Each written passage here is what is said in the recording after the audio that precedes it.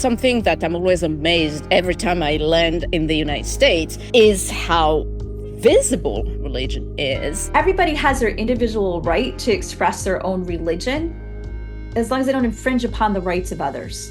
That's really what it's about, right? Martin Luther King often said he wanted America to become a Christian nation. And what did that mean for him? It meant loving one's neighbor, caring for the least of these.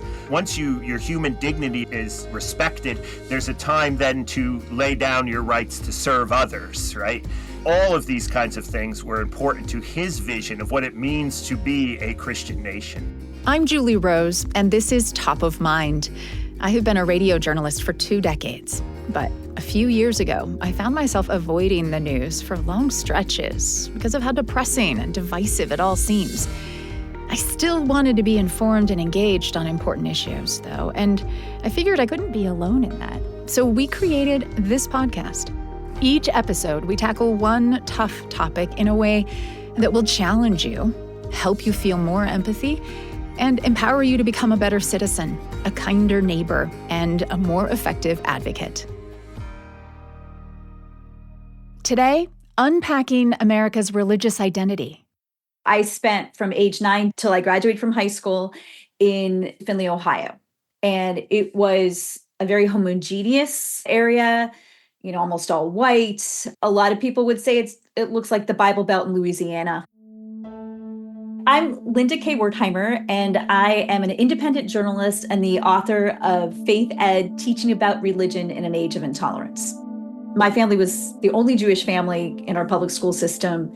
Very first week of school, in my 4th grade classroom, this woman comes into the classroom and she's carrying what's called the flannel graph, which is used in a religious school. And she starts putting figures of Jesus and his disciples on it and starts telling us all the miracles that Jesus did and how we should accept Jesus in our lives, and starts having us sing Jesus Loves Me. And I'm kind of sitting there going, well, I don't really know the words. It's not a very hard song. But I wasn't comfortable at all. I was really sinking down in my chair. So she was doing this, I think, from grades kindergarten through 6th grade every week.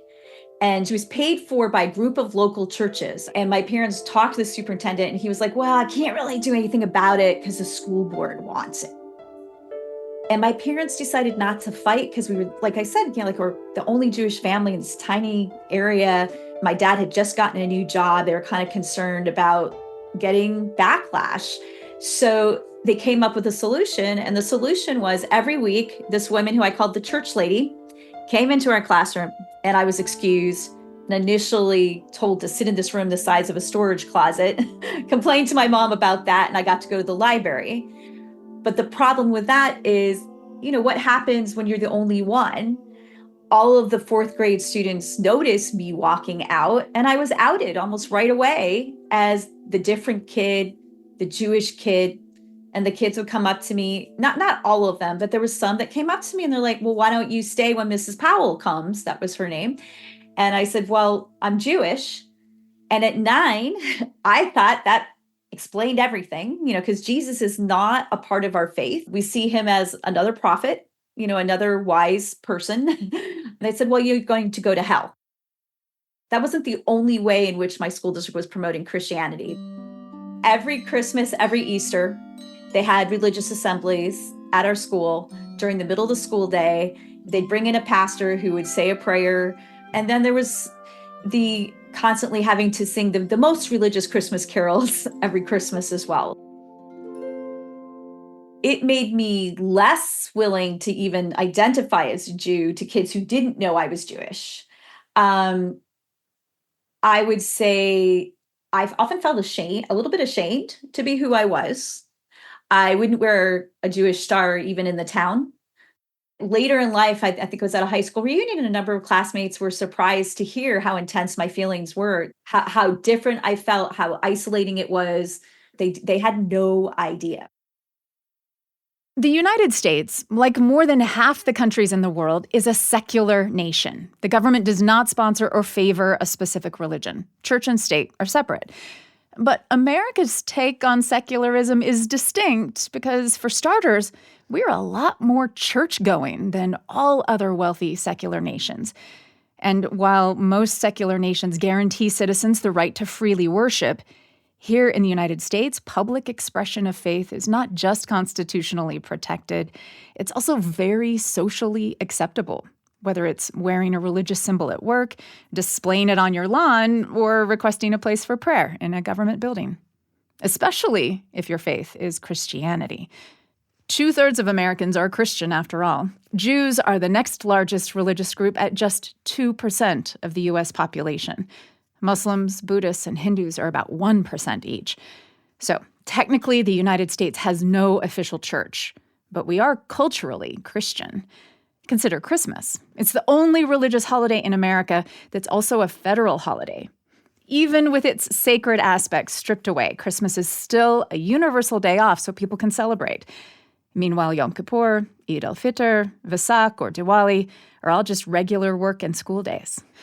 Today on Top of Mind, we're exploring what it means to be a secular nation that's religiously free and culturally Christian. How free do non-Christians in America really feel to freely express their faith? Why do many people of faith want America to be more Christian? And where did the crafters of the Constitution, most of whom were Christian themselves, intend to draw that line between the right to worship freely and the government's religious neutrality? Now, for more than a century, these questions have played out most prominently around public schools because they're government-funded, open to all, and responsible for shaping our kids. By the time the church lady was leading Linda K. Wertheimer's 4th grade class and singing Jesus Loves Me in the 1980s, the U.S. Supreme Court had established a consistent stance against most forms of mandatory religious instruction or worship in public schools. You know, looking back, I wish my parents had been willing to say something. If they had gone to court, this would have been a slam dunk case at the time. But they were afraid. The economy wasn't great. Her dad's job could have been at risk, and they'd experienced anti-Semitism. When we were learning about the Holocaust in high school, this classmate whispered in my ear a slur about Jews and said, my grandfather was in the KKK, and if he were around, he'd want to kill all the Jews. And I said nothing to the teacher because I felt like here my school is promoting all this Christianity, not acknowledging I exist in any way. They're not going to be empathetic if I say this kid just called me the K word. There was also the time in high school. I think I must have been a freshman and my brother was a junior in high school. And we woke up one morning and we think it was kids had swastika at our house and his car.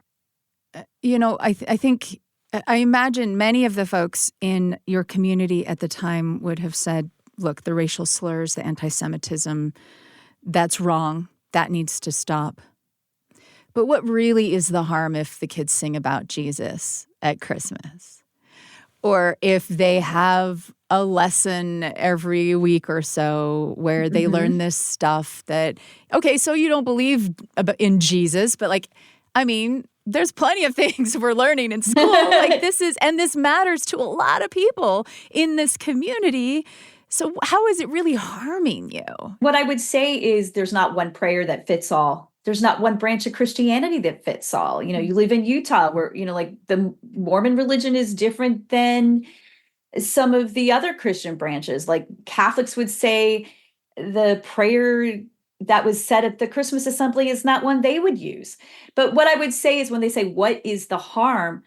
It divides us. It further divides us into people who believe in Jesus, people who don't, or people who believe in Jesus in this particular way and people believe in it that way. And we haven't even talked about the atheists and the agnostics, which is a whole nother group. And the other thing I would say is, why should this be in a public school when you have your church and there are temples and mosques? I want to make clear that there is a legal way to deal with religion in the public schools. You can teach about it, but don't preach it. That message has been the primary focus of Linda K. Wertheimer's career as an independent journalist, and it's at the heart of her book, Faith Ed, Teaching About Religion in an Age of Intolerance. And there are teachers doing fabulous work in world history classes, in geography classes, all around the country. And there's also classes called Bible as Literature, Bible as History There was one school I went to, it was an elementary school that taught about the world religions, and they would do interdisciplinary learning, and they would do art and music and food and history. I think there has been a misunderstanding by many people that no religion is allowed in the public schools. And that is not true. And Wertheimer thinks it's a huge missed opportunity when children are not taught about other religions. It's really part of becoming religiously literate. Learning about world religions is a part about becoming a global citizen. So if the preaching to the kids, like, this is how you should believe, this is why you should believe this particular thing. Totally wrong. But if we set that aside, what about just individuals being able to show up fully as who they are and express themselves? So would there have been a way for the children to, in your class, to talk about the baby Jesus because they're excited about Christmas and maybe sing some of those songs as their own personal expression of their faith? That is a wonderful, wonderful question. So everybody has their individual right to express their own religion as long as they don't infringe upon the rights of others. That's really what it's about, right?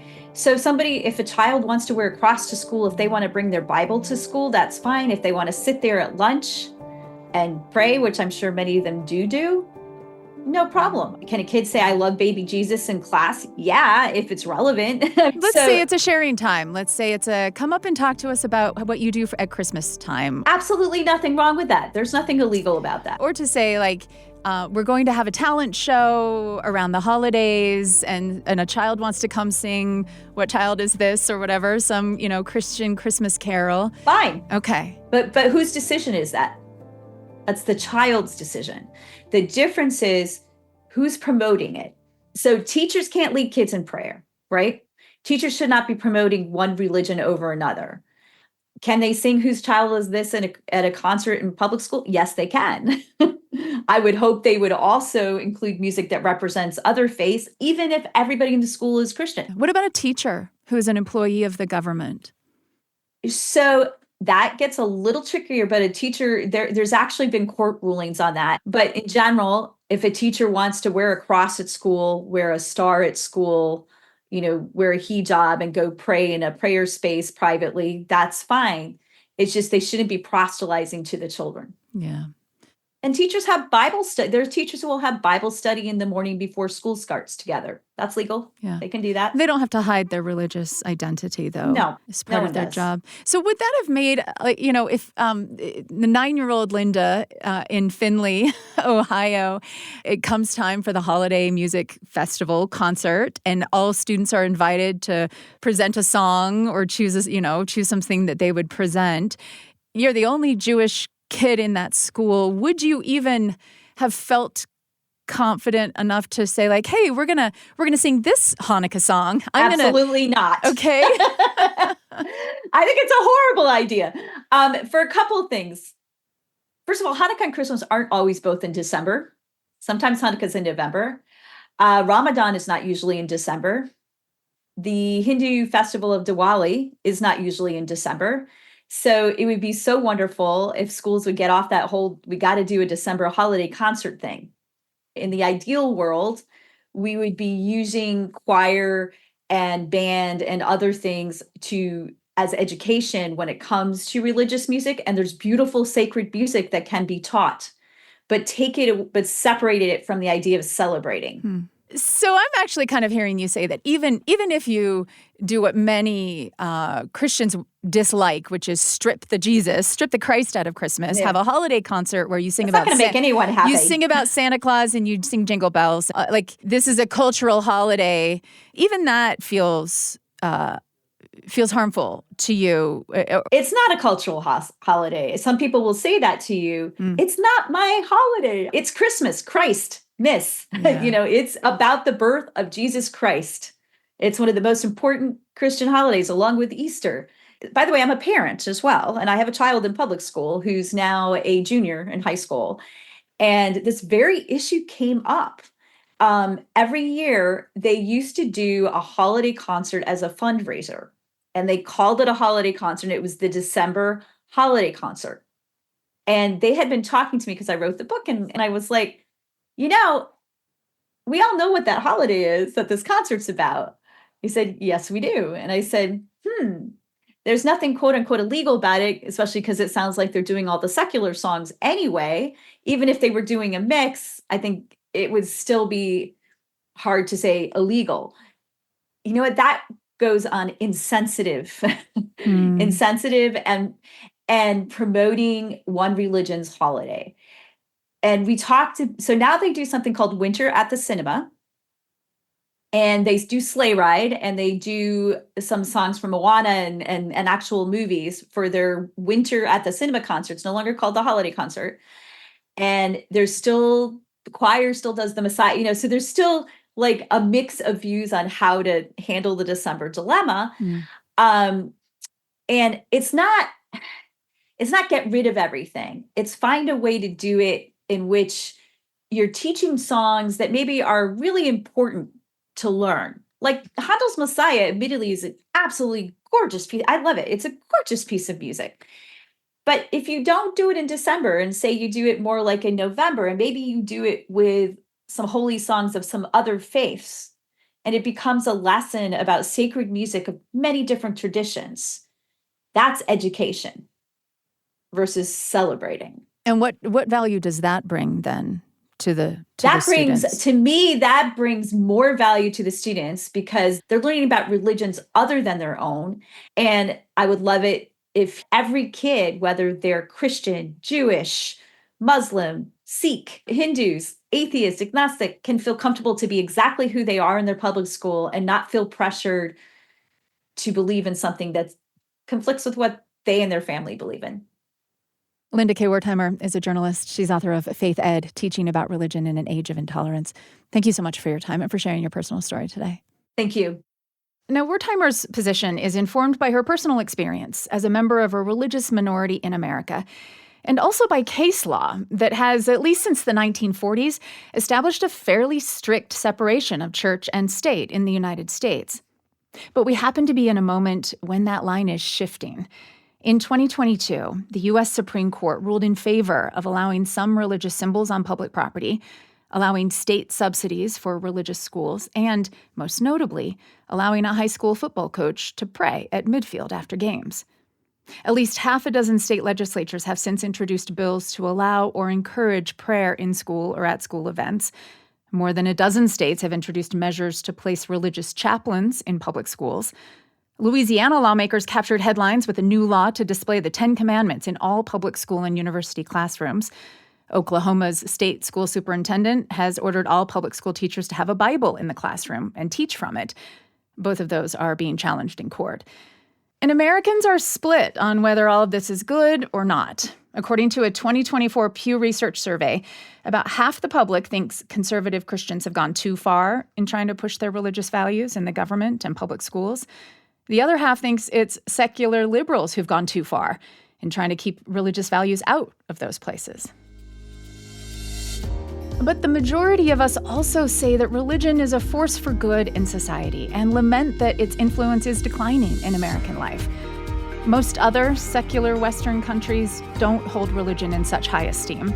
Partly that's because of our history. Let's not forget that a lot of people had to leave Europe because of religious persecutions. And so in the United States, this idea was really to protect the people and their religious belief from the interference of the state because of your history. So the French actually is the other way around. We are suspicious towards religion. So what can the famously secular French approach to religious freedom teach us about our own? I'm Julie Rose. This is Top of Mind from the BYU Radio Podcast Network. We'll be right back to today's episode of Top of Mind. But first, are you ready to immerse yourself in the awe-inspiring world of nature? Then I recommend you listen to Constant Wonder. It's another great show from the BYU Radio family of podcasts. Join host Marcus Smith in riveting conversations with individuals whose lives have been touched by Earth's beauty and mysteries. Uncover captivating stories that shed light on our planet's wonders, from history to science and beyond. If you crave enriching experiences and a deeper connection with the world around you, tune into Constant Wonder. Listen wherever you get your podcasts. Rim Sarah Alouane is a French legal scholar who visits the U.S. often, and she finds the contrast startling. Something that I'm always amazed every time I land in the United States is how visible religion is. You see headscarves, you see turbans, people wearing big crosses, small crosses, kippas, and Christmas, of course, which is like another level of festivities, like you know how to do Christmas. But it's the public expression of faith in official government settings that really amazes her. I always think about crossing borders, actually, when you go, cross immigration, and how sometimes you have an immigration officer who wears a headscarf. And it's not a problem. Or even at Congress, just having a congresswoman wearing a headscarf, where even Republicans and Democrats changed the bylaw because it was like an old one that, asked people to remove their hats. And they modified it so that the person who is Muslim can just do her job without having to give up on her beliefs. And it's quite amazing to see how easy it is. And so in France, then, you won't see members of the French Congress wearing headscarves or turbans or Jewish head coverings or any of that, or even like very visible Christian signs as well. No.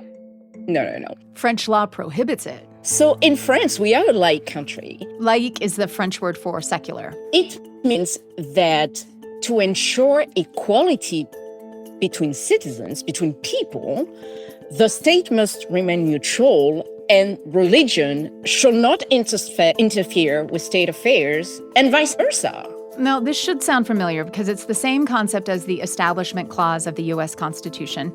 And France also guarantees religious freedom to its citizens. In fact, Rim Sarah Alouane thinks France and the U.S. are the most similar of all Western countries in their legal framework of secularism. That actually separate, at least in theory, state and religious affairs. But we do have huge, massive differences in practice. Like the fact that banning a U.S. government employee or elected official from wearing a religious head covering or a piece of jewelry would never fly. So why have the French drawn the line so differently? You have to understand that in French culture as a whole, we are suspicious towards religion. We had a state religion at some point in history, right? It was Roman Catholicism. It did not exactly go well. So de facto, we have this fear that religion might influence the state and protect actually the state and not necessarily fully the people or religion as a whole. Now, just to emphasize the historical difference here, Roman Catholicism became the official religion of France in the 6th century. For hundreds of years, French kings answered to the Pope. Non-Catholics were persecuted and killed. The French Revolution in the 1700s was in part fueled by intense animosity toward the Catholic Church. And for centuries after, the Church worked to reinstate the monarchy against the will of the people. In 1905, France passed what's known as the Law on the Separation of Church and State, which cut all ties between Rome and the French government and instituted secularism, or laïcité, with an emphasis on keeping religious intrusion out of government affairs. Meanwhile, here in the United States, there is this idea of a wall of separation between religion and the state.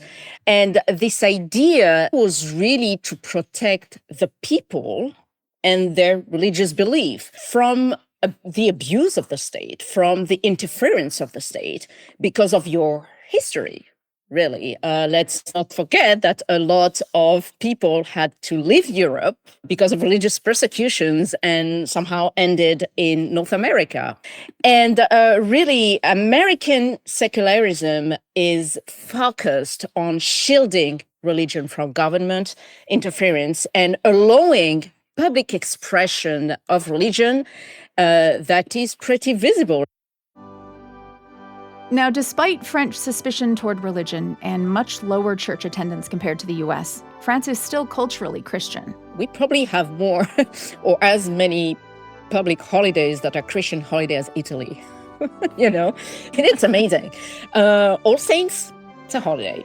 What do we have? Christmas, of course, Easter, Pentecost, Ascension of Jesus Christ, Assumption of Mary. So, because of its Catholic heritage, France, somewhat ironically, has even more official Christian holidays than the far more publicly religious United States. But French public schools celebrate them only as cultural holidays, so Santa instead of Jesus, and students of other faiths can request their own holidays off.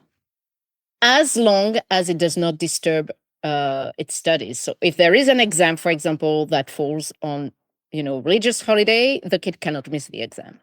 So it is accommodating, but it's still very tricky.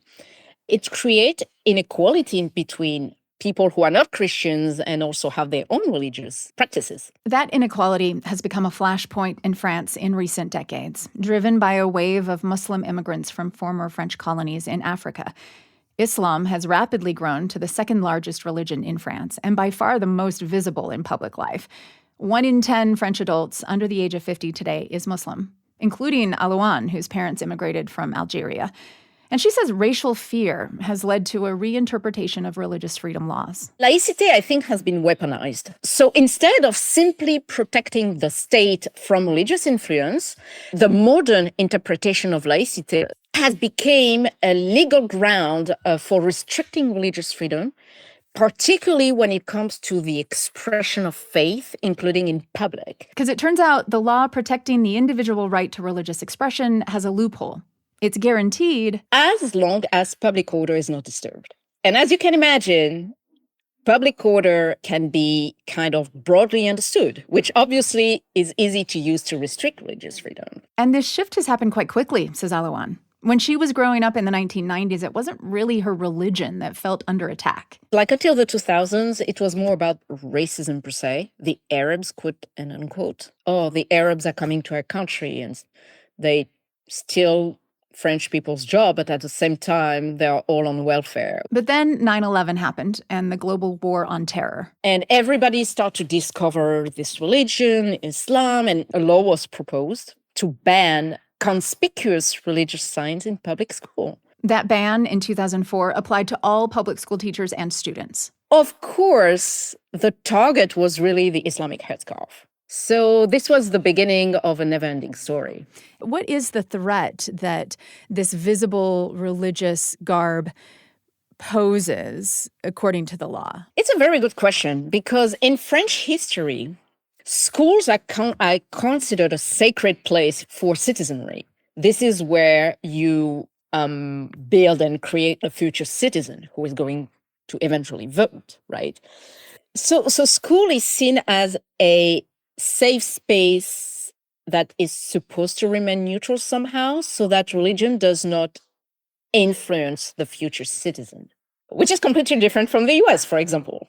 Right, right. Where in the US, the law prohibits religious proselytizing in public schools, but it's also not seen, religion isn't seen as being damaging to citizenry. Absolutely. The upshot is that, according to the Pew Research Center, France now ranks higher than any other European country except Russia when it comes to both government restriction on religion and social hostility toward religious groups. It's now illegal in France for Muslim women to wear a full face covering, called a niqab, in public because the law considers that a disruption to public order and a threat to public safety. And in 2023, the French government extended the ban on headscarves in public schools to include wearing an abaya as well. That's the flowy dress that some Muslim women and girls wear over their clothing in public. And to be honest, the one they're wearing are not even real abayas. They're just long dress bought from H&M. But the irony is, like, when a white non-Muslim wears the same dress, it's okay. So what does it feel like then, as a result, to be a member of a religious minority in France? It's exhausting.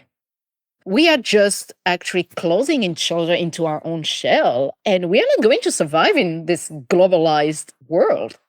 Because nowadays we reached a point where we are third generation, people born and raised in this country who do not know any other countries. Their great-grandparents came from somewhere, who are not just leaving the country. They go to the UK, they go to Germany, they go to Canada, they go to the United States. Many of them, again, highly educated. So we are talking about people who could make money in France and revenue to this country.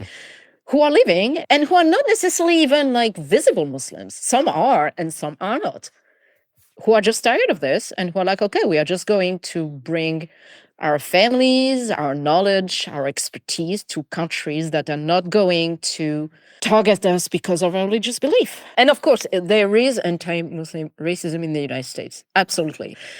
And yet, somehow, it is still less exhausting than what we have in France and in Europe. Everything is about security. Everything is about you are a potential threat to the nation. And this is exhausting. Rim Sarah Alouane is a French legal scholar who studies religious freedom. So, America is more tolerant of public religious expression than France and many other secular countries in Europe and Asia, particularly.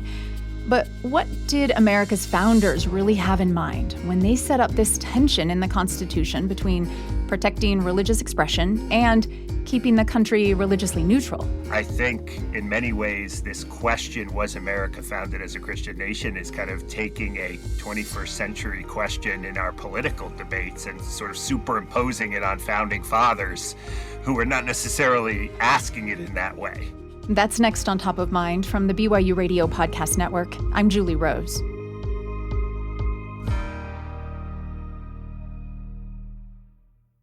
Hey, it's Julie. There is another podcast I think you're going to like from the BYU Radio family of podcasts, so I wanted to pass along the word. It's called In Good Faith.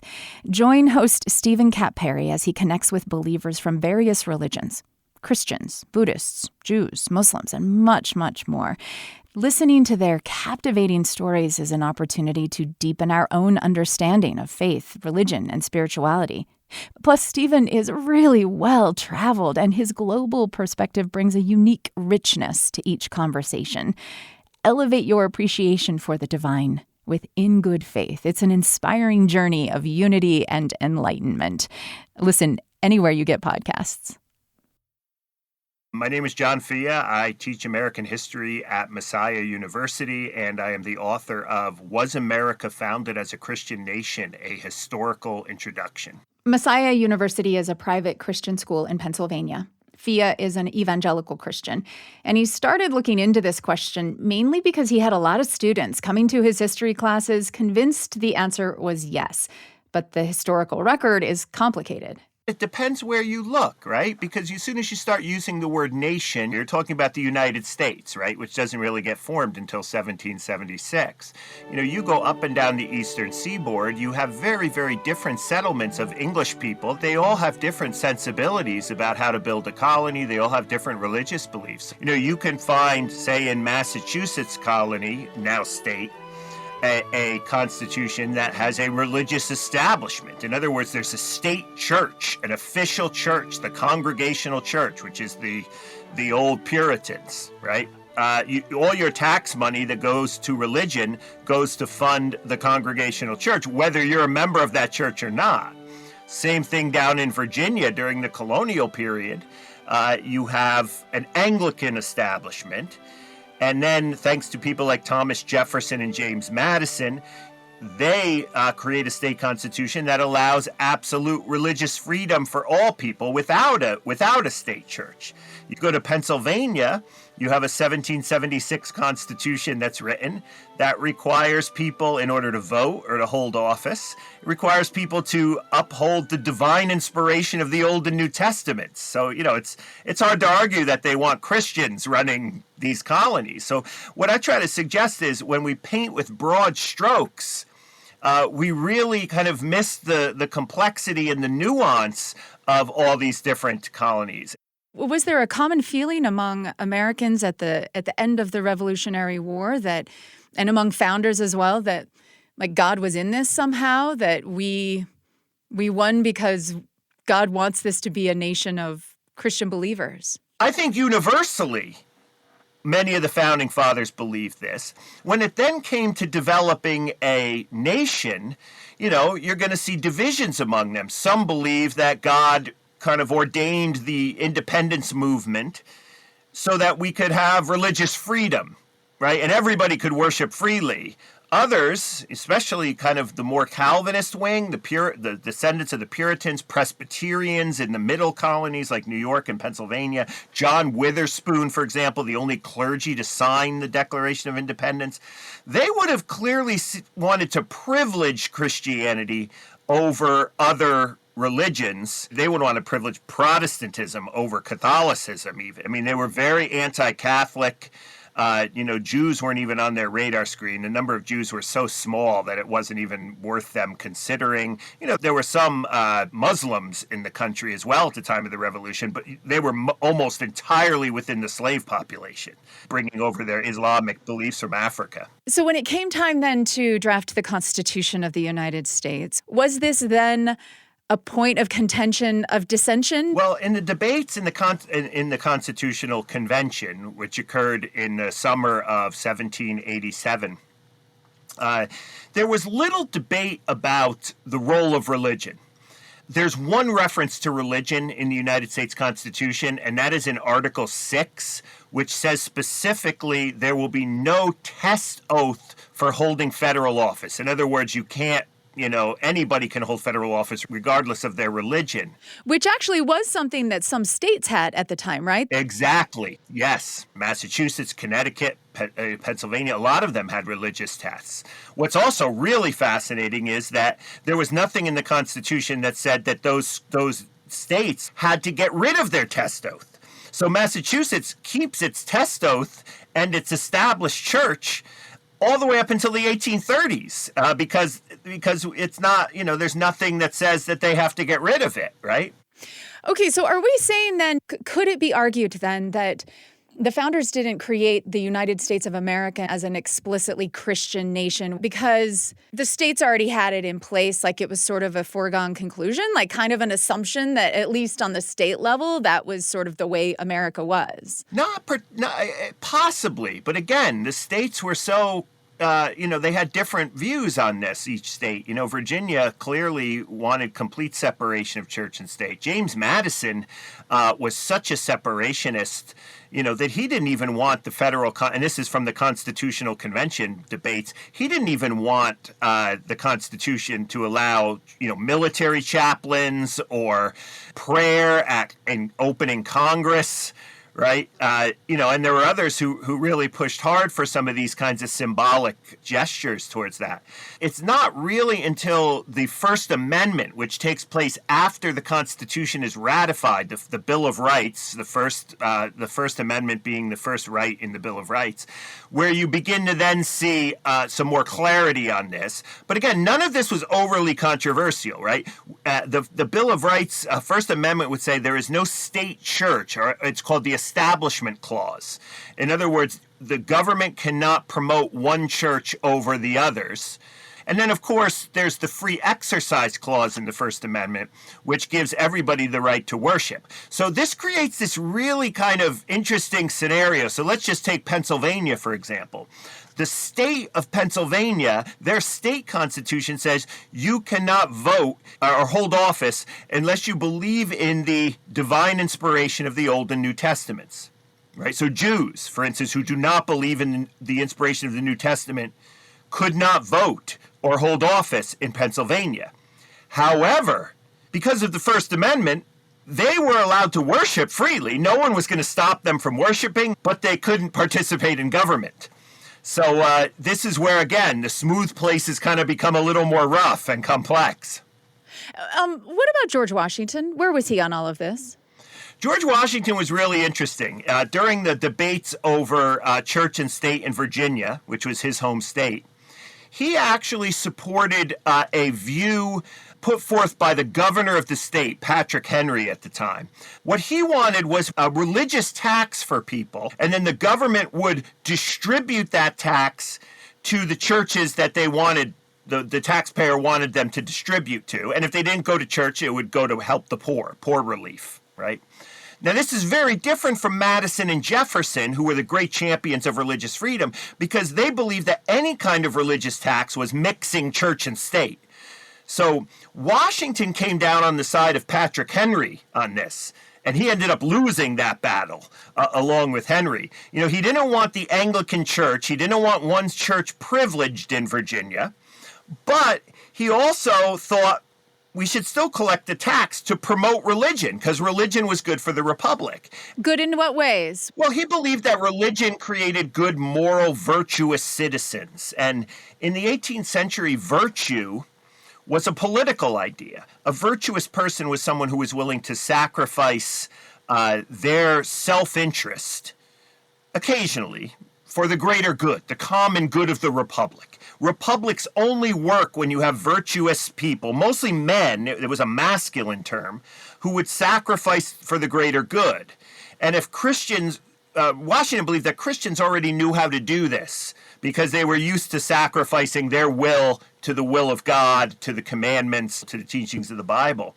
So if religion could serve as a good way of making people virtuous by sacrificing for the Republic, Washington was all for it.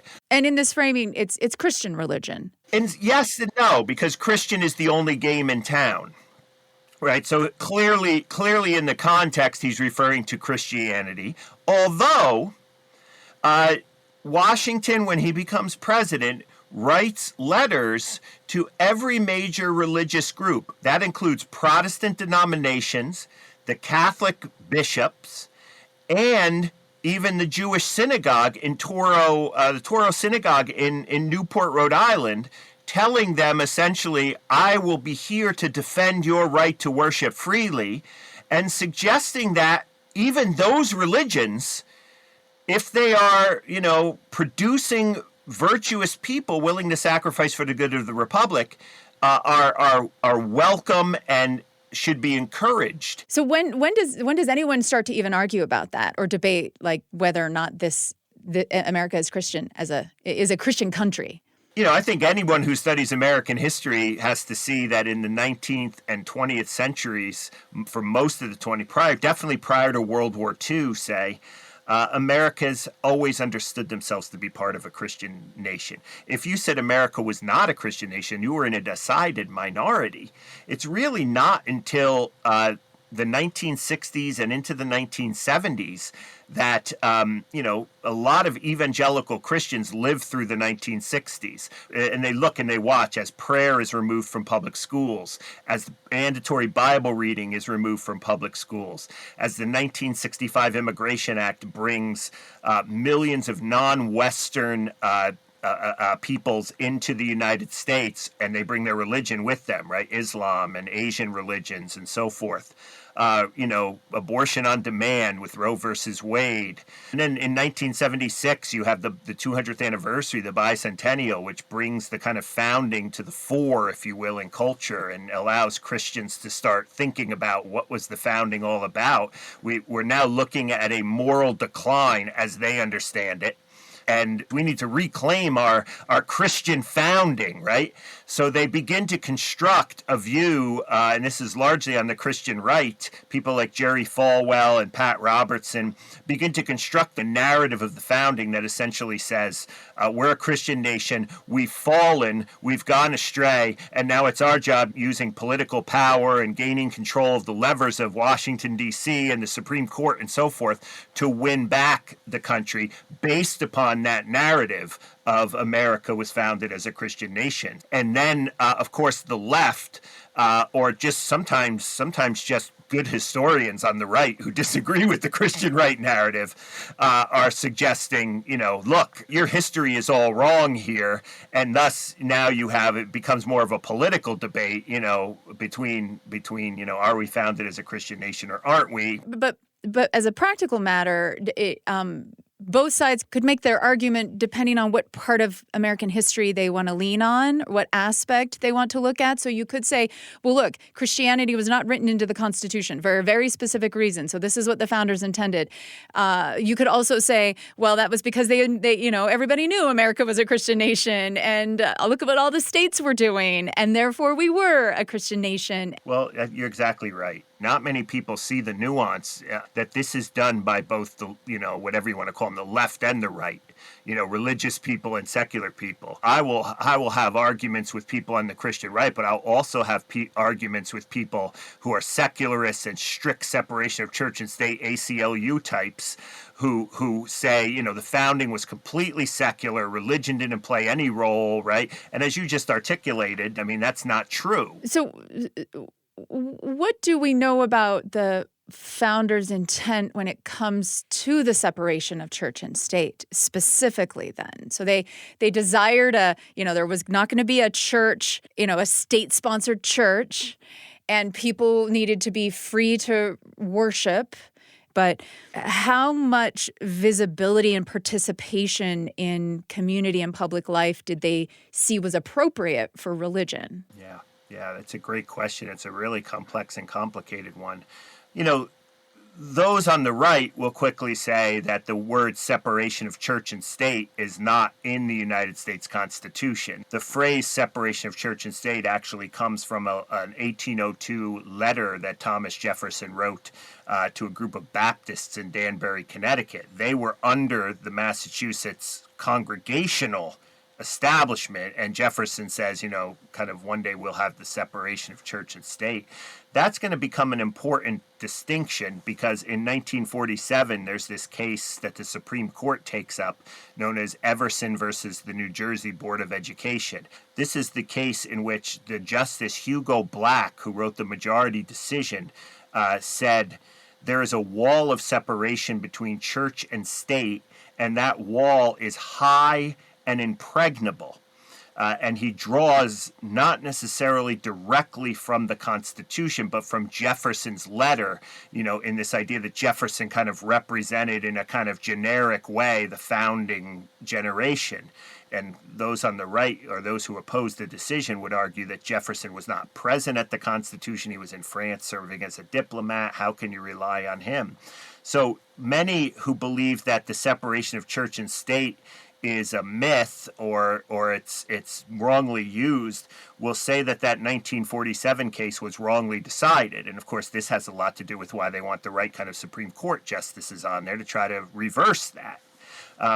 So it's really, really difficult to leap from 1787, 88, 89, the Constitution, to our contemporary debates about church and state, right? In some ways, we rely on the courts to interpret them for us. And now the way the courts work, you have such two very fundamentally different ways of thinking about the law. You have originalists who would say, well, there's nothing about church and state in the Constitution, so you can pray at the 50-yard line, of the football field at halftime. And then you have, sort of the living constitutionalists who will look at the founding and they will say, well, times have changed. And, we now have a much more diverse population. There are people of other faiths who might be offended by a prayer and so forth. So I would argue that going to the past, in this case, the founding, has provides some guidelines, some sort of general ballpark kind of limits, right? You definitely can't argue that Christianity should be the official state religion, right? Because of the Establishment Clause. But then it gets really tricky, and you have to rely on the way the courts have interpreted over the years. Like I don't think you can say, should we put up this Ten Commandments thing in our schools, our monument in the Alabama courthouse or something, and make a clear-cut argument based on the Constitution. Instead, it must respect the kind of development of legal precedent over time. And if you want, of course, we live in a democracy. If you want to change those legal precedents, you can through electing people who will appoint kind of justices you want them to appoint. Well, what do you make of this as a Christian yourself? You and I are both Christian. We're both part of the dominant, far and away the dominant faith tradition in the United States. There are Christians who feel like they are not able to be free to express themselves and to celebrate in the ways that they would want to. Often it's that tension. It's like, yes, but what about my freedom of religion? What about my freedom of expression? The thing I'm wrestling with is it possible for a nation to be predominantly Christian but also allow all of these other much smaller religion individuals to also express themselves. Yeah. You know, is it inevitable that one is going to be privileged? Well, I think this whole idea of kind of neutrality, right? Everybody expresses themselves equally is kind of doesn't really work very well in the ground on the grassroots that you're talking about. But I guess I would respond to that by saying, what is the responsibility of people I'll put it in sort of the language of church that I use, right? What is it for people to live out the gospel, to follow Jesus, to live out the ethic of Christianity in the world? Well, to me, it's not, how dare the mall not have Merry Christmas on there, right? My take would be,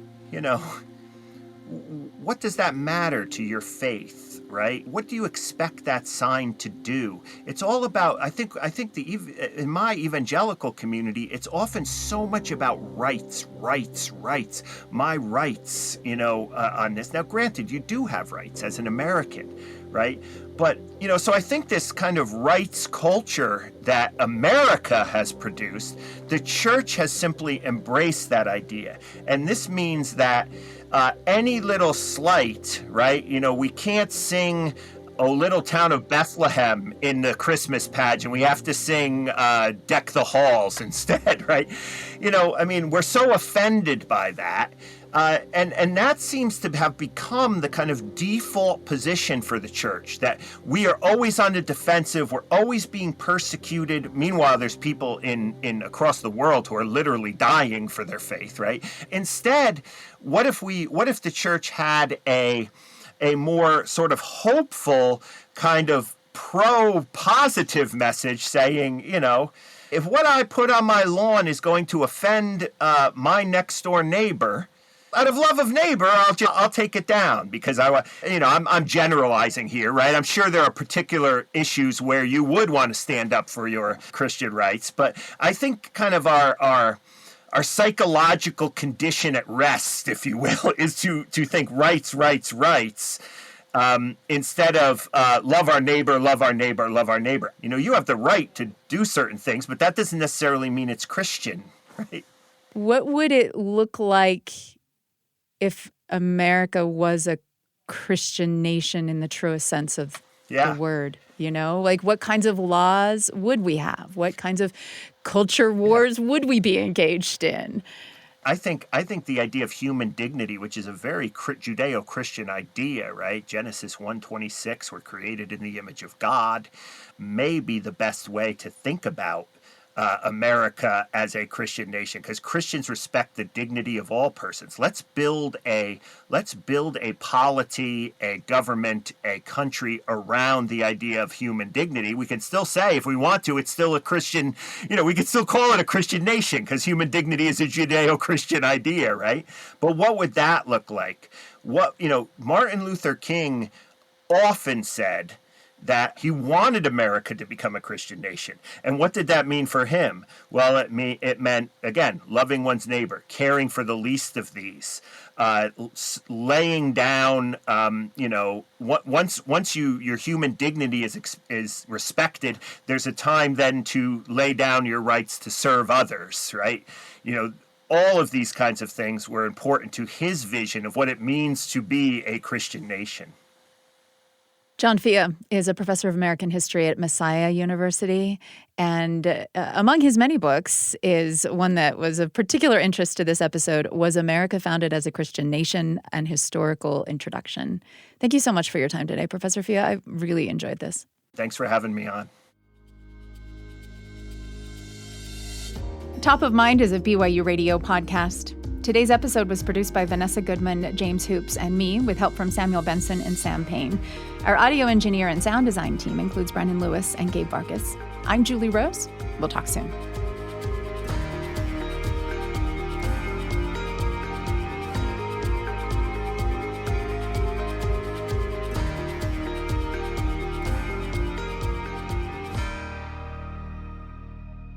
Hey, Top of Mind listeners, I have another podcast I want to recommend to you. It's from the BYU Radio family of podcasts, and it's called The Appleseed.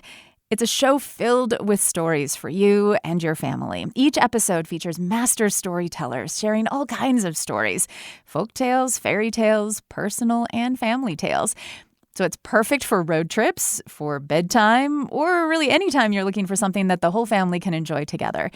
And the stories you'll hear will likely get your family sharing their own stories with each other, which is really the best part. It's the payoff. So listen to The Appleseed wherever you get your podcasts.